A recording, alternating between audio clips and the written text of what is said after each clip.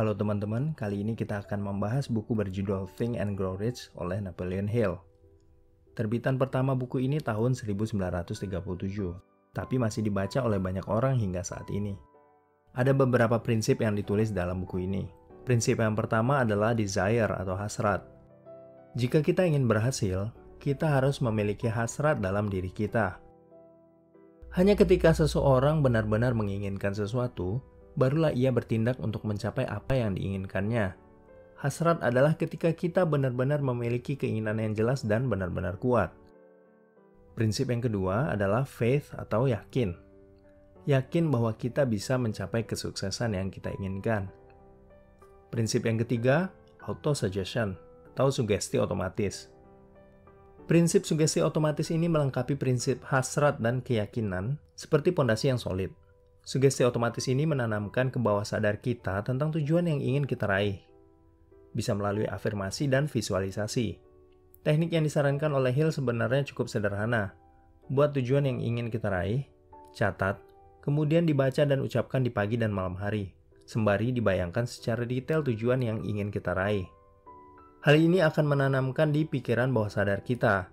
Setiap hari ini akan menjadi semakin kuat. Kita akan terdorong untuk melakukan dan mengupayakan hal-hal yang menuntun kita dan mendekatkan kita ke tujuan kita tadi. Juga beri asupan diri kita dengan pengetahuan, bisa dari buku, video, atau orang-orang positif yang membuat kita lebih kuat dalam menuju kesuksesan yang kita inginkan. Prinsip yang keempat yaitu miliki pengetahuan yang spesifik atau khusus. Buku ini menjelaskan bahwa hakikat pengetahuan bisa dibagi menjadi dua. Pengetahuan yang didapat dari bangku sekolah formal disebut dengan pengetahuan umum. Dan yang satu lagi adalah pengetahuan khusus. Pengetahuan yang bersifat lebih praktis, di mana sebagian besar diperoleh dari pengalaman hidup.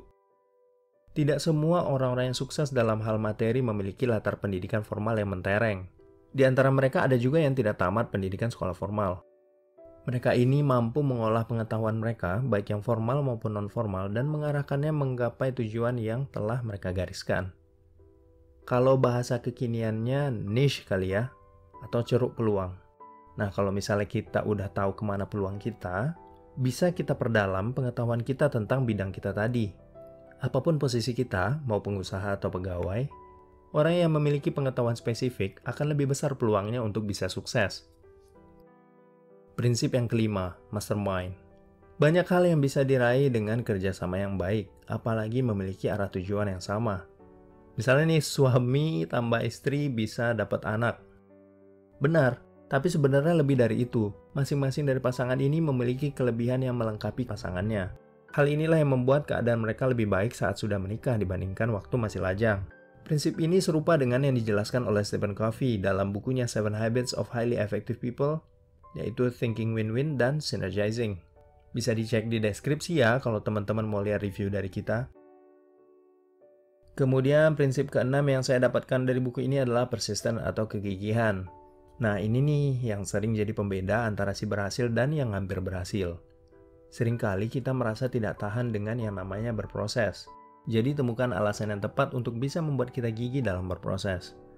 Bisa bayangin orang tua, cita-cita yang akan kita raih, dan lain sebagainya. Contohnya channel YouTube saya ini. Dulu awal-awal bikin video gini yang nonton cuma 30-40 views. Itu sebulan.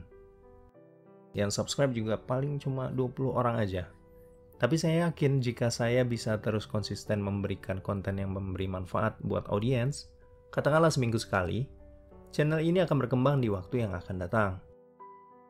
Jadi 6 prinsip yang kita bahas adalah yang pertama desire atau hasrat, yang kedua faith atau percaya, yang ketiga auto-suggestion atau sugesti otomatis, yang keempat miliki pengetahuan spesifik, yang kelima mastermind, dan yang keenam adalah persistence atau kegigihan. Sebenarnya ada 13 prinsip di buku ini ya. Jadi jika ada kesempatan silahkan baca bukunya.